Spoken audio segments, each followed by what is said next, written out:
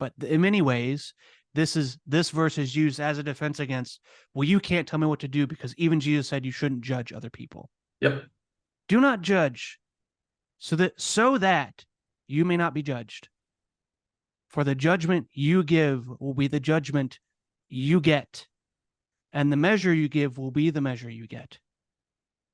Doesn't this happen in every single one of your arguments with somebody? Well, you do this and you do that.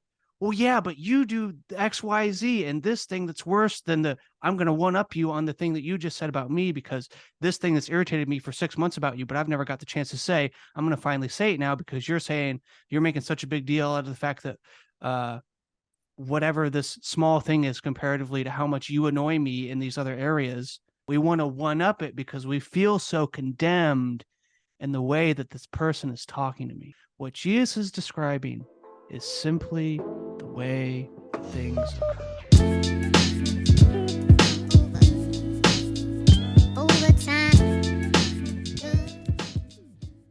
Welcome to the Belfast Podcast. I'm your host, Luke Byler, here with Daniel. Finally back to a recording what I've been posting for the past, 4 or 5 months. Yeah. Has all been things we recorded during the end of this past school year. So while I'm happy we had so many episodes banked up, it is good to be recording again. And so we're here talking about, what chapter is this? Chapter 7 of the Divine Conspiracy.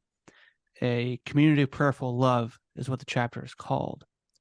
But if you open up that chapter, it is going to be quite surprising to you the topic that Willard spends about half the chapter. So we're going to spend most of this episode discussing that subject.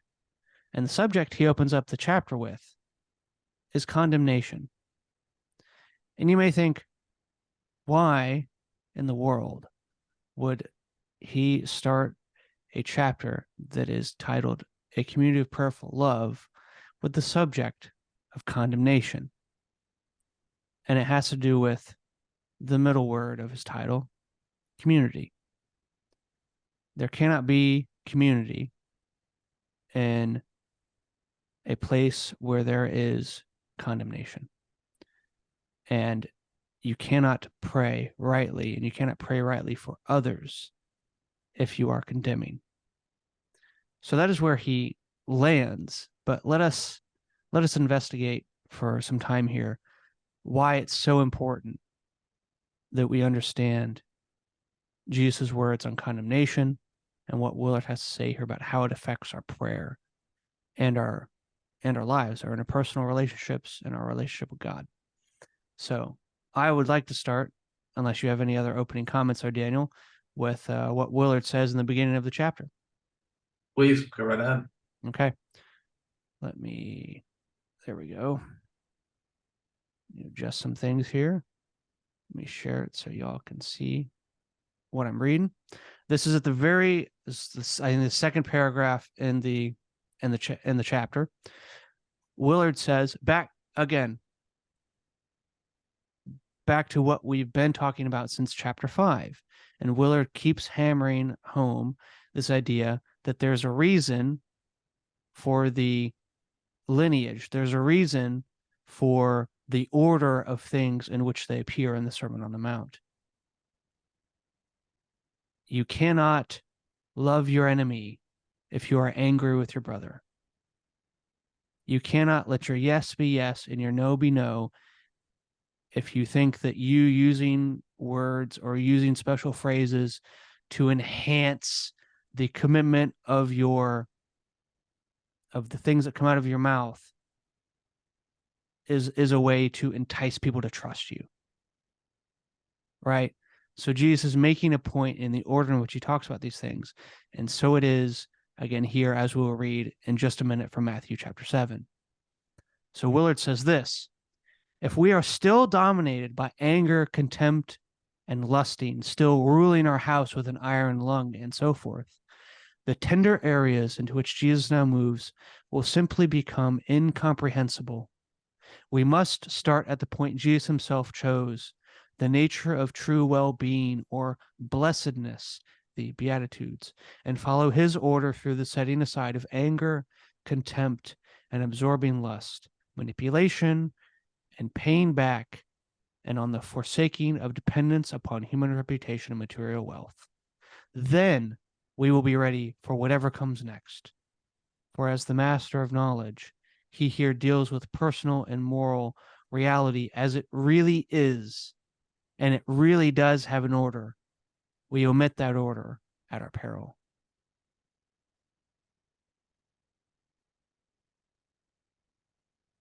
So, to just confess to you and everyone listening, I am still finding it difficult to put away my anger and my contempt. So, this chapter in and of itself was very convicting to me, because there's ways in which contempt and community can get tied up in not only anger, but in lust and the desire for reputation and all of those other things. But I see, and I guess it's just the case that it's true. I see that a lot of what comes from those other things is grounded in the easy access I have to my anger, or my self-righteousness, or my contempt towards other people, or my desire to control, which is something we're going to talk about a lot. My desire to control. And it's not always overt. That's the thing that's sneaky about it, is it is sneaky. So anything you want to say there, Daniel, before we continue and read the passage from Matthew 7? Well, we have it in the show notes here, but it might go better elsewhere, but I'll just say it here because we placed it here. One of the things that I think is good to think about when it comes to condemnation, and the reason that Willard arranges this chapter as he does, he talks about condemnation and prayer, and in the context of a community of prayerful love. And so condemnation is really something that he sees as a cancer on community. Mm-hmm. And prayer and request, as he phrases it, are the healing agent for community. Yes. And so this episode, we're going to talk about condemnation. Next, we're going to talk about prayer and requesting. But one of the things that I also want to just state up front is condemnation doesn't always have to be explicit. And we're going to define condemnation in a little bit, according to Willard, and get into the nitty gritty on that. But condemnation doesn't always have to be explicit. I think that's worth saying at the outset. Yes. Because one of the most common forms of condemnation that we encounter in communal settings is gossip. Yes. And gossip is one of the ways that we can condemn someone else without their presence, without their ability to defend themselves, mm-hmm. in a way of knocking them down and building ourselves up. Yes. Artificially. And so gossip is a good example of condemnation, but it's not the only example. Most of the examples we're going to talk about are not actually gossip, which is one of the reasons why I wanted to state it here. Yes. Because you can think about that in the background of this entire thing, though we're going to kind of leave that here as we move forward. Yes. And I just want to say one other thing, maybe because I experienced this in a very acute way. Next time someone you work with, you go to school with, or in your family starts talking negatively about someone else, they're like, oh, did you hear what so-and-so did? Can you believe that this thing happened? Pay attention to the flavor of the thing they're saying, and then see if that flavor corresponds to something you could title as condemning that person, and see how closely they match, because I found that they're pretty much the same thing. Well, and what's interesting on that, and I'll say this and then we can move on. We all, if you grew up in the church, at least, we all know of that dynamic where the prayer request really becomes gossip. Right. It's a meme. And And it is a meme, but it's something that I've seen But it's true. happen. That's why it's funny. It's true. And it's not, it's that exact dynamic that Willard is talking about in this chapter. What can be the social cancer can also be the social cure. Yes. If instead Yes. of gossip, we request. And so Yes. as we're thinking about that, as we discuss these dynamics over the next 2 episodes, think about that example. What can be the toxic prayer request can actually be a request to God and other members of our community for the benefit of the other. Yes. We have a beautiful opportunity. Let us not squander it. And let us read Matthew 7. Okay. Matthew 7. Okay. Do not judge, so that you may not be judged. For the judgment you give will be the judgment you get. Remember that phrase. And the measure you give will be the measure you get. Why do you see the speck in your neighbor's eye, but do not notice the log in your own eye? Or how can you say to your neighbor, let me take that speck out of your eye while the log is in your own eye? You hypocrite. First take the log out of your own eye, and then you will see clearly to take the speck out of your neighbor's eye. Do not give what is holy to dogs, and do not throw your pearls before swine, or they will trample them underfoot and turn and maul you. Ask, and it will be given to you. Search, and you will find. Knock, and the door will be opened for you. For everyone who asks, receives, and everyone who searches finds, and for everyone who knocks, the door will be opened. Is there anyone among you who, if your child asks for bread, would give him a stone? Or if the child asked for a fish, would give him a snake? If you then, who are evil, know how to give good gifts to your children, how much more will your Father in heaven give good things to those who ask him? And everything do to others as you would have them do to you, for this is the law and the prophets. Matthew 7, 1 through 12. All right, Daniel, I want you to go ahead and read.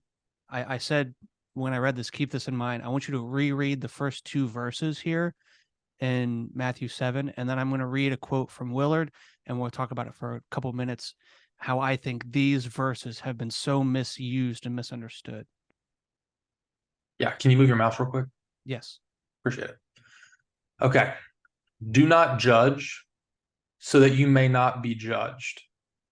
For the judgment you give will be the judgment you get, and the measure you give will be the measure you get. Okay. And how have we mostly heard that verse used in our contemporary, in this American life? How is those 2 sentences taken out of context and used in religious and secular settings? How have you mostly heard that used? Me. Only God can judge me. With the snap your fingers as Z formation, that whole 9 yards. Yeah. Of like, well, God said you shouldn't judge, so why are you telling me what to do? Why are you, maybe rightly so, why are you condemning me? Yeah. Why are you telling me what to do? And maybe they aren't condemning, but in many ways, this verse is used as a defense against, well, you can't tell me what to do because even Jesus said you shouldn't judge other people. Yep. But I don't think that that's Jesus' point at all. So let's see. Okay, so this is from page 244 on the Divine Conspiracy. And Willard says this. Back again, we started talking about anger, contempt as it relates to condemnation here, the ability to not have a community of prayerful love. He says, anger is not as closely intertwined with condemnation as contempt, but in fact, there is a close association. Watching anger in action, we see that it almost always leads to condemnation, partly, no doubt, because condemnation is such a handy way of hurting people deeply. And anger desires to hurt. On the other hand, Condemnation makes the road to anger a quick and easy trip. The one condemned is seen as deserving or suffering, and in any case is not worthy of protection and respect. The condemned, in turn, responds with anger to the pain of being condemned, and around it goes. Okay, so what does Jesus say? Do not judge, so that you may not be judged. For the judgment you give will be the judgment you get, and the measure you give will be the measure you get. Doesn't this happen in every single one of your arguments with somebody? Yeah. Well, you do this and you do that. Well, yeah, but you do X, Y, Z, and this thing that's worse than I'm going to one up you on the thing that you just said about me, because this thing that's irritated me for 6 months about you, but I've never got the chance to say, I'm going to finally say it now because you're making such a big deal out of the fact that whatever this small thing is comparatively to how much you annoy me in these other areas. We don't even not only do we just match that same energy and the judgment, but we want to one up it because we feel so condemned in the way that this person is talking to me. Yep. That's what Jesus is talking about. He's not saying that you can't tell people they're wrong or that you use this as a defense every time anybody says anything negative about you. What Jesus is describing is simply the way that things occur. Almost like he knew.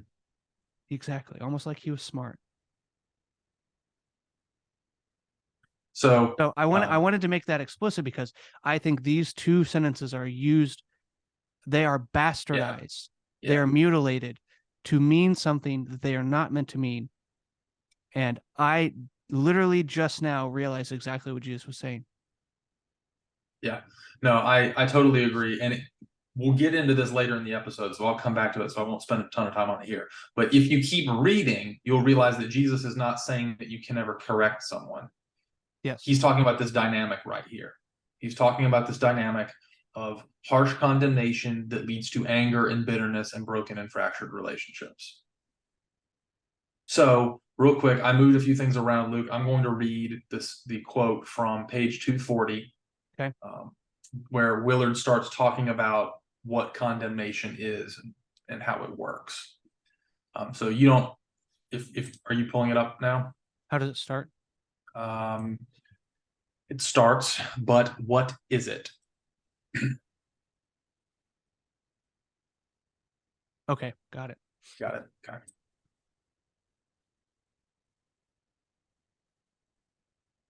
But what is it exactly that we do when we condemn someone?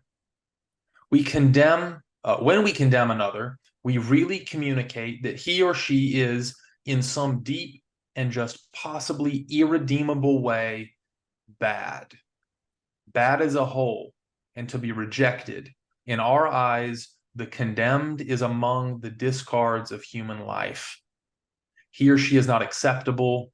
We sentence that person to exclusion. Surely we can learn to live well and happily without doing that. So you can exit. One of the things that I think is super crucial to realize about this dynamic is, when we read this quote from Willard, we think that's extreme, right? Oh, I don't do that. I don't make people feel that way. I don't use my words. I'm not dehumanizing and excluding. Yeah, I'm not dehumanizing or excluding others. You're excluding them from the conversation. You're excluding them from the conversation. They're not there. If you're gossiping, you're excluding them from having an opinion that is worth having or sharing. You're excluding them from being someone with value and worth that's worth paying attention to. Now, we often think, well, I'm condemning in order to correct. Right. I'm aiming this condemnation at making them better. But as you just pointed out, as Jesus pointed out, in the opening words of our passage for today, that doesn't actually work, because that just drives a wedge deeper between people. When you aim your when your aim is to build someone up, but your method is condemnation, your method is not calibrated to produce the desired result. So either your desire is misaligned and you're just lying to yourself, or you need to rethink your method. Yeah. Because usually condemnation is about destroying them and making us feel good about ourselves. It's not about the other person and what's good for them. So at this point, I think it's time to think about what are some ways that we can aim at producing good things. Well, first, there's actually one thing that I want to read from Willard. And sorry, Luke, I'm going to jump down to the counterattack principle real quick. Yeah, I was about I think to it say, fits. we need to talk about that. So this is what Willard doesn't use this phrase exactly, but he talks about how this kind of condemnation produces a counterattack. So I'm going to jump around. I'm only going to read one small phrase here. The results of condemning and blaming is sure to be a counterattack in the very same terms. That's really what we're talking about here. And all you have to really do is think about the way that you react when someone condemns you. Mm-hmm. You don't have to think about the way other people react when you condemn them. Think about the way that you, internally or externally, react when someone condemns you. Either, depending on your personality, you shrink back, you cower, you feel broken and defeated inside, or you lash back out and attack. So if that's the way that I react, one of those two ways. If that's the way that I react, why would I think that is a good way of leading someone else towards life and flourishing and godliness? I think that's a super important point to make. Secondly, this kind of counterattack principle, it's useful to recognize that this is the dynamic that's going on, because you can also see that this usually produces other kinds of negative behaviors in the person being condemned. Passive aggression, perfectionism, rejection of authority, all sorts of things that aren't healthy behaviors in them and in a relational dynamic. And so if you use condemnation as a way of trying to get someone to do something, even if it's aimed at their betterment, you're going to produce negative results because of this counterattack principle and the way that it spills over into other behaviors that it will naturally produce in them. So, Luke, I don't know if you have anything to say on that before we get into the quote from Paul. No, let's talk about Galatians. Okay. So Galatians 6:1, I'm just going to read just that one verse. One of the things that's super important to realize about Paul is that he's less of a systematic theologian and more of a community builder. He's about building righteous community. And so this verse here, we're taking it standalone, which I usually don't like to do, but it's a good snapshot of this dynamic that Paul is trying to deal with in community. He says, "My brothers and sisters, if anyone is detected in a transgression, you who have received the Spirit should restore such a one in a spirit of gentleness. Take care that you yourselves are not tempted." And you can see the way that this is playing with that "judge not lest you be judged" dynamic. Right. Spirit of gentleness. Don't condemn. It'll produce a counterattack. Take care that you yourselves are not tempted, either to the same. You could take this in two ways, either to the same wrong that this person is committing, or to condemn them, to lash out to them, to attack them for their wrongness, Exactly. their wrong way of being. Both are likely. Yes. Yep. So this In is go ahead. I was no. You finish up because I'm gonna talk for a second. This is Paul's answer to Yes. Jesus' problem. This is Paul's answer to Jesus' answer to the problem Jesus is raising and the problem Paul is facing in the Galatian community. And I think it's a fantastic parallel to make, and Willard makes it in his chapter, because we get to see Jesus outline the principle, and then we get to see the way Paul applies that principle to a concrete reality. Mm-hmm. Right? So Willard makes several points in his section of the chapter called Who Can Correct Others? And I'm just going to run through them real briefly. Luke, you don't have to pull up a page or anything.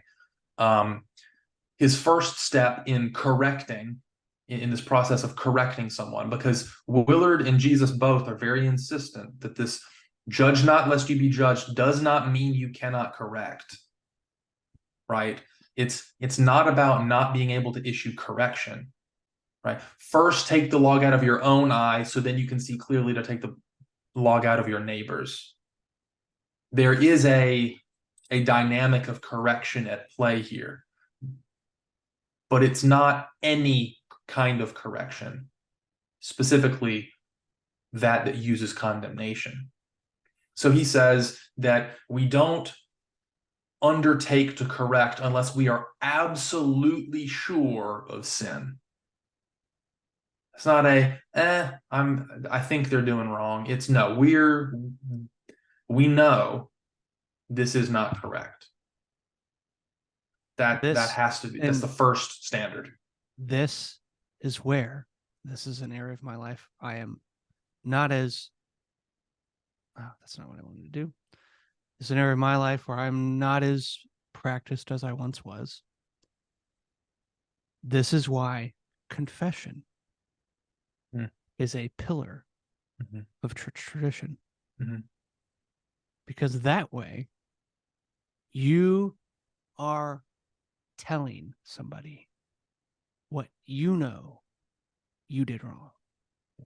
That way there is no guess about the speck in your eye. There is no condemnation. There is no gossip.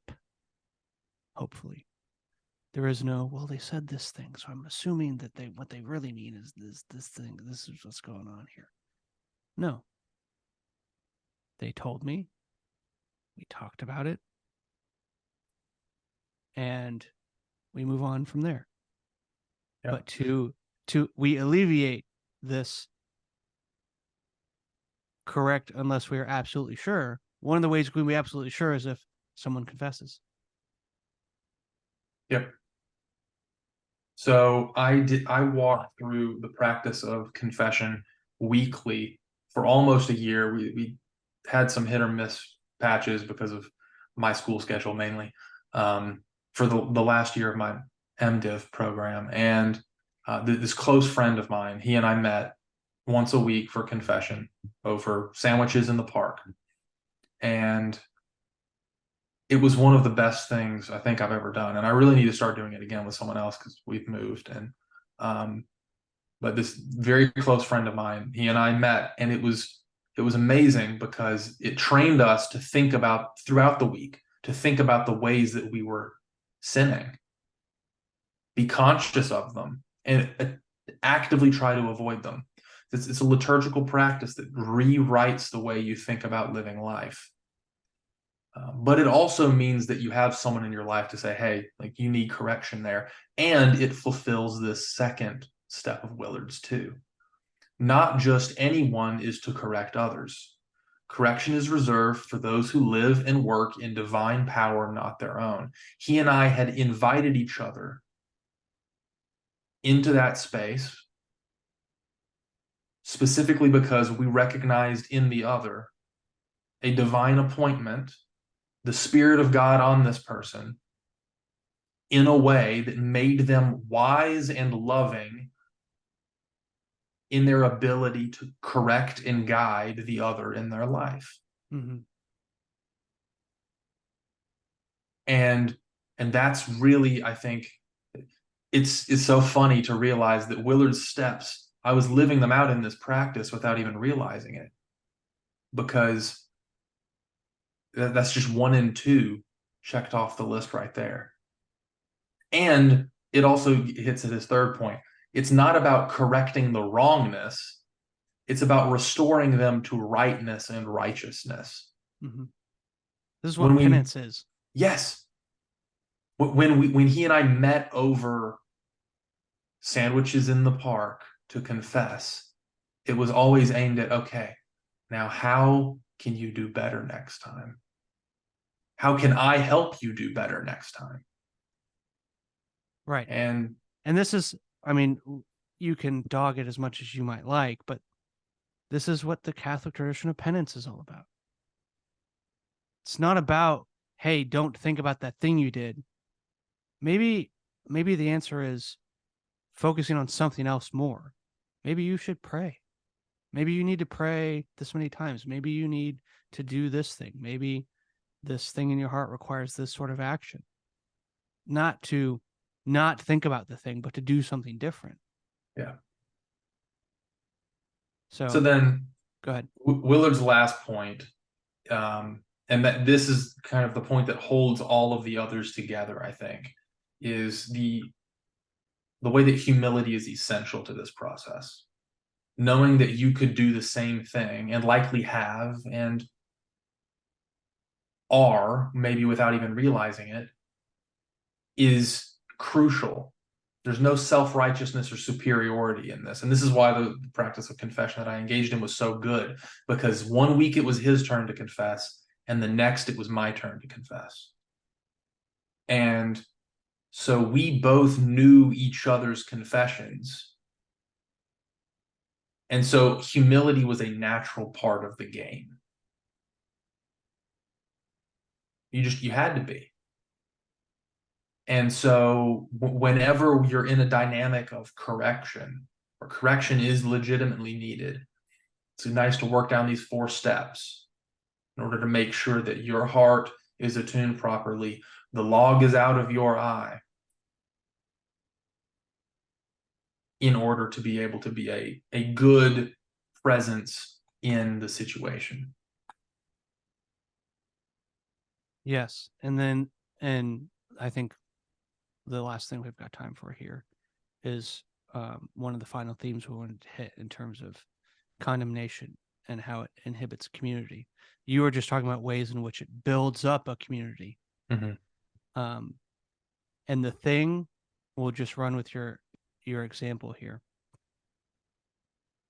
The thing that's so beautiful about that kind of relationship and other relationships like that I've had is that I never walked into meeting with those people thinking that they were going, whatever I said, thinking that they were going to try to control me. There was no manipulation going on here about what they said or what you said. And there was no attack or counterattack going on here. Well, you did this last week and I did this week, but I'm better than you because I didn't do this and you did that, and see how much holier I am because I still don't struggle with that thing.